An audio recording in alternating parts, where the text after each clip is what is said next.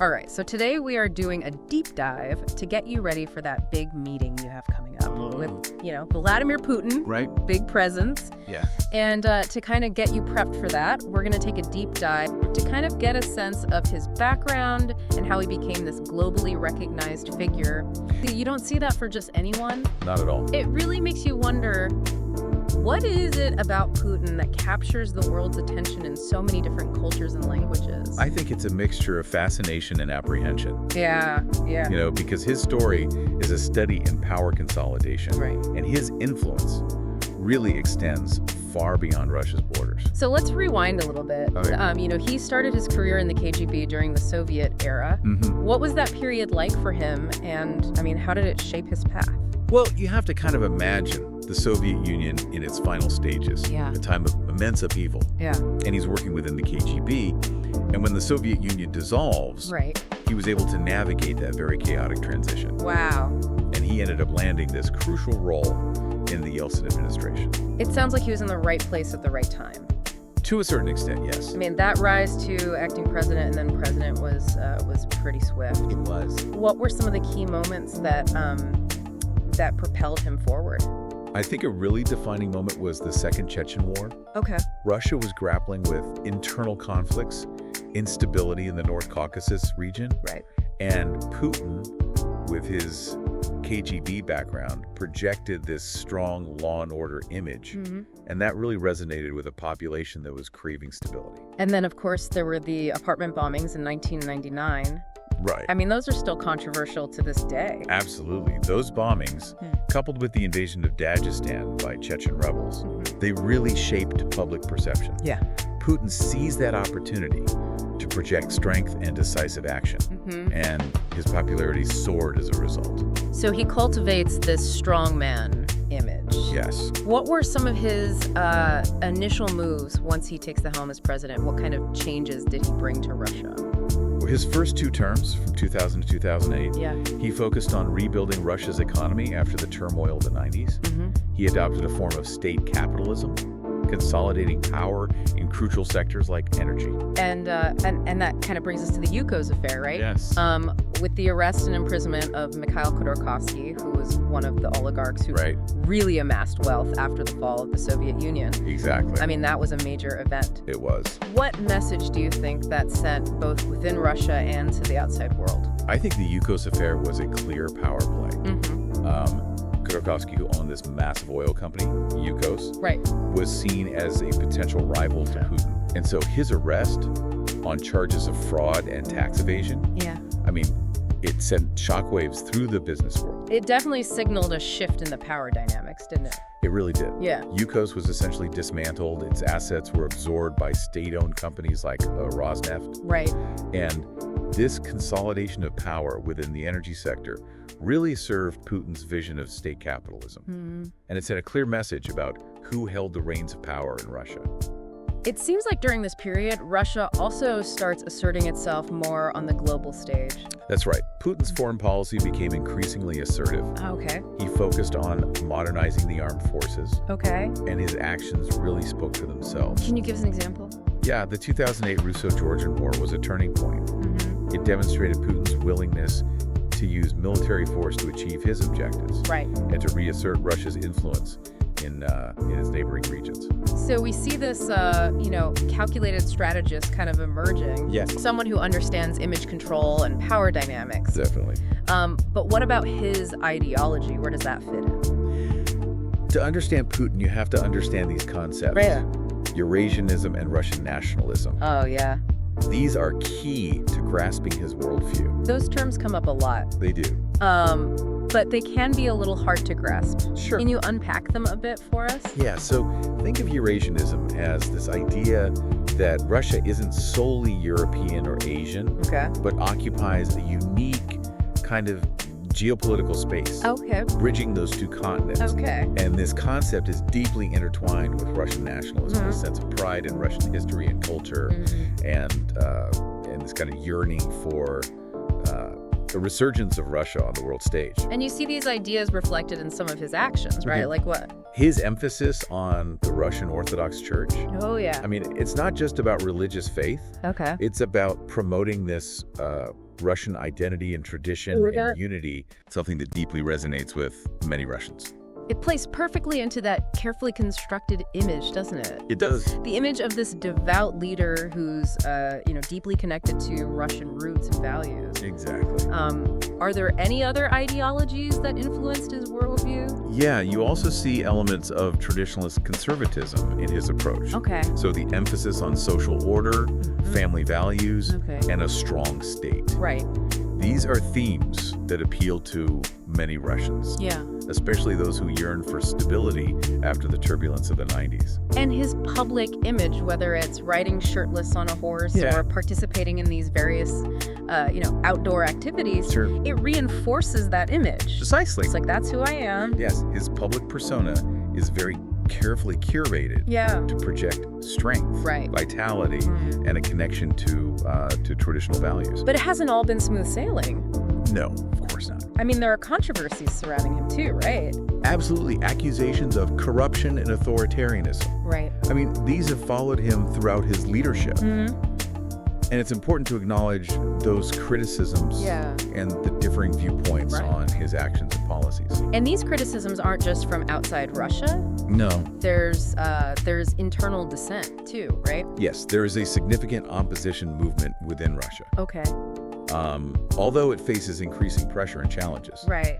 Opposition figures, journalists, and activists critical of Putin often encounter obstacles ranging from legal challenges to limitations on their activities. The poisoning of Alexei Navalny, the prominent opposition leader, was a stark reminder of the risks, associated with challenging Putin's authority. Indeed, the Navalny case drew international attention and really highlighted that the shrinking space for open dissent in Russia. Yeah. There's also the issue of human rights. Yeah. Putin's stance on LGBTQ plus rights, for instance, has drawn criticism from international human rights organizations. You're right to raise that. Putin has championed these traditional values and has taken a firm stance against what he views as Western influence. Yeah, okay. And that includes his approach to LGBTQ plus rights, which has led to legislation condemned by many as discriminatory and harmful. It's clear that Putin's Russia is a complex landscape. It is. Before we move on to his later years in power, let's touch on his personal life a little bit. Okay. So I know details are scarce. They are. His personal life is very private. Yeah. We know that he was married for many years, but divorced in 2014. Okay. There have been rumors about other relationships, but concrete information is very hard to come by. And then, of course, there's this constant speculation about his health, fueled by his controlled public appearances and the Kremlin's tight hold on information. Exactly, the limited information. Yeah. And that aura of secrecy. I mean, it all just adds to the enigma of Vladimir Putin. All right, so we've covered a lot of ground from the KGB to the presidency, economic policies, that carefully crafted public image, but things are about to get even more interesting. Okay. In part 2, we'll dive into Putin's third and fourth presidential terms, his increasingly assertive foreign policy, the annexation of Crimea, the ongoing war in Ukraine, and the growing tensions with the West. Okay. Stay with us. All right. Welcome back to our deep dive into the world of Vladimir Putin. When we left off, he was finishing his second term as president. Right, and in 2008, because of term limits, he couldn't immediately run for a third term, so what happened next? So this is where things get interesting. Putin endorsed Dmitry Medvedev, a close ally, to run for president. Okay. Medvedev was seen as a more liberal, modernizing figure, and there were hopes for, significant reforms. Okay, it sounded like a new era for Russia. Did those hopes pan out? Well, this is where the concept of tandemocracy comes in. Okay. Medvedev became president, but Putin took on the role of prime minister. Okay. And it wasn't just a symbolic shift. Putin retained a lot of power and influence behind the scenes. More of a rearrangement than a real change in leadership? How long did this arrangement last? This power-sharing dynamic went on for 4 years. Okay. And then in 2011, Medvedev announced that he wouldn't seek a second term. Okay. And instead proposed that Putin run for president again in 2012. So Putin was potentially potentially setting himself up for another 12 years at the helm? Yes, because at that point, presidential terms have been extended from 4 to 6 years. Right. Did that go smoothly? Not exactly. Yeah.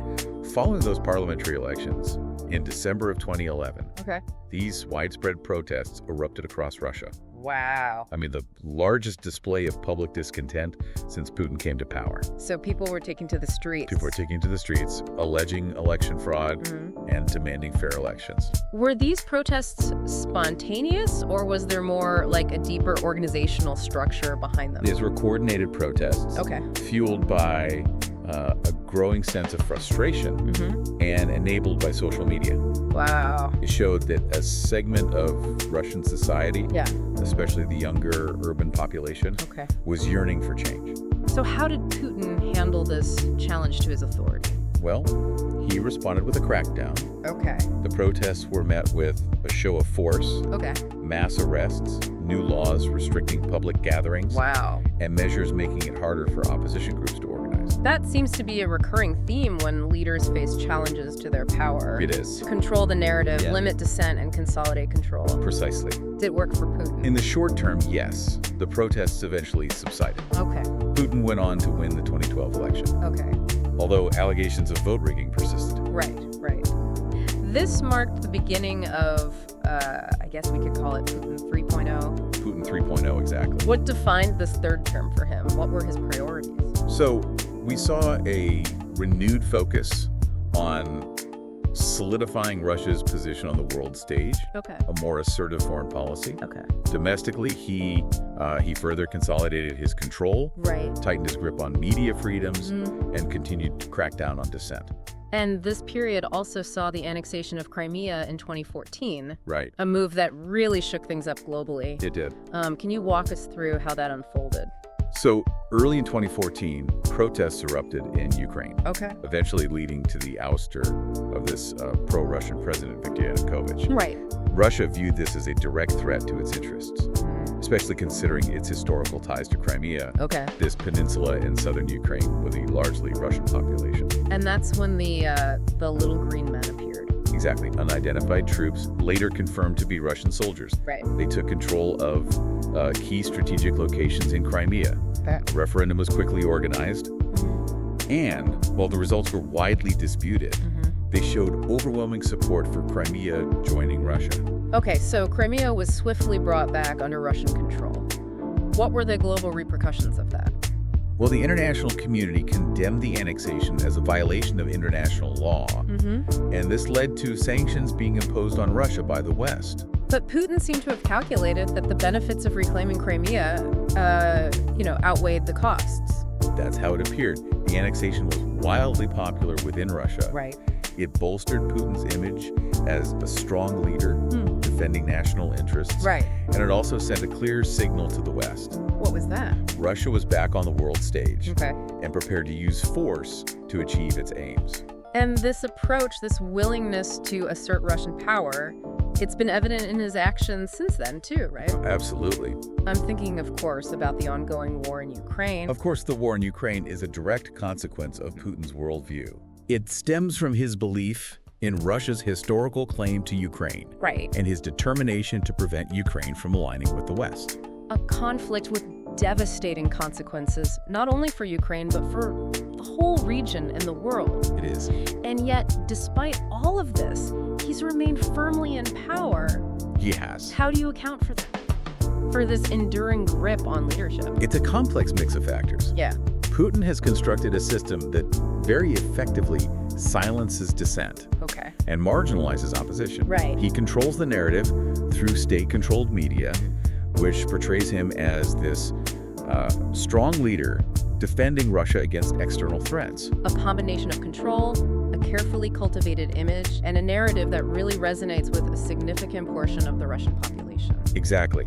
However, it's important to acknowledge that there is opposition to Putin within Russia, even if it's been largely suppressed. I mean, the war in Ukraine has undeniably caused a shift, both domestically and internationally. We're in uncharted waters now. It's hard to predict what the future holds. But Vladimir Putin will undoubtedly remain a major force on the world stage for years to come. It's a lot to take in, that's for sure. But before we get to the present day, let's rewind a bit further. We left off with Putin beginning his third term in 2012. What happened next in this complex story? Well, his third term was marked by a significant escalation in tensions with the West. Okay. The annexation of Crimea, which we just discussed, Right. was a major turning point. It led to sanctions and a deep freeze in relations between Russia and Western powers. Okay, so the stage is set for even more conflict. What were some of the other key events that unfolded during this period? One major flashpoint was the conflict in Syria. Right. Russia intervened militarily in 2015 Okay. to support the regime of Bashar al-Assad, and this put it in direct confrontation with the United States and its allies, Right. who were backing some rebel groups. So that intervention really solidified Russia's role as a major player in the Middle East. It did. And it showcased Russia's growing military capabilities and its willingness to project power beyond its immediate neighborhood. But the tensions with the West weren't limited to military interventions, right? No, there were also allegations of Russian interference in Western elections. Oh, right. Notably the 2016 U.S. presidential election. Yeah. These allegations, which Russia denied, further strained relations Right. and led to investigations and sanctions. A lot of mistrust and suspicion on both sides. Absolutely. And then on top of all this geopolitical turmoil, the world was hit with the COVID-19 pandemic in 2020. Right. How did that impact Putin and Russia?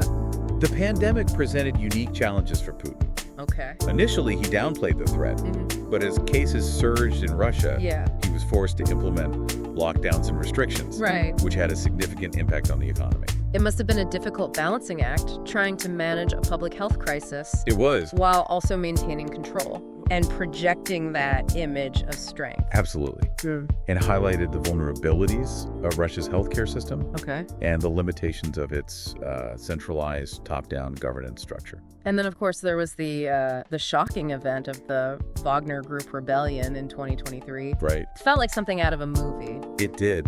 The Wagner Group rebellion was a dramatic and unexpected event that really exposed these cracks in Putin's carefully constructed facade of control. Yeah. For a brief moment, it seemed like the foundations of his power were truly at risk. Can you remind our listener about the Wagner Group and what made this rebellion so significant? Sure. So the Wagner Group is this private military company with close ties to the Russian government. It's been involved in conflicts in Ukraine, Syria, and several African countries. Okay. And the rebellion was led by Yevgeny Prigozhin, Right. who was a former close ally of Putin, Wow. but had become increasingly critical of the Russian military leadership. So you have this private army led by someone who was once in Putin's inner circle. Yes. Marching towards Moscow. Right. Directly challenging the authority of the Russian military. Right. It must have been a very tense time. It was. How did it all unfold? The rebellion unfolded very quickly and chaotically. Okay. Wagner troops seized control of the southern city of Rostov-on-Don and began advancing towards Moscow. Wow. There were reports of clashes with Russian forces Okay. and a great deal of uncertainty about what would happen next. Did Putin address the nation during this crisis? What was his response? He did. Yeah. In a televised address, Okay. Putin condemned the rebellion as treason Okay. and vowed to crush it. Wow. He accused Prigozhin of stabbing Russia in the back Yeah. and vowed to punish those involved. So it was a rare moment of public anger and vulnerability for Putin. It was. But in the end, the rebellion just fizzled out as quickly as it began. It did. How did that happen? Well, the exact details of what transpired are still somewhat murky. There were reports of negotiations mediated by Belarusian President Alexander Lukashenko, which resulted in Prigozhin agreeing to stand down his forces and go into exile in Belarus. A sudden and dramatic shift. Yeah. Did this incident leave a lasting impact on Putin's image or his grip on power? Well, the Wagner Group rebellion undoubtedly shook Putin's image of invincibility. Okay. It exposed tensions within the Russian security apparatus and raised questions about his ability to maintain order and control. So while he weathered the storm, it wasn't without consequences. Exactly. The rebellion left a mark, Yeah.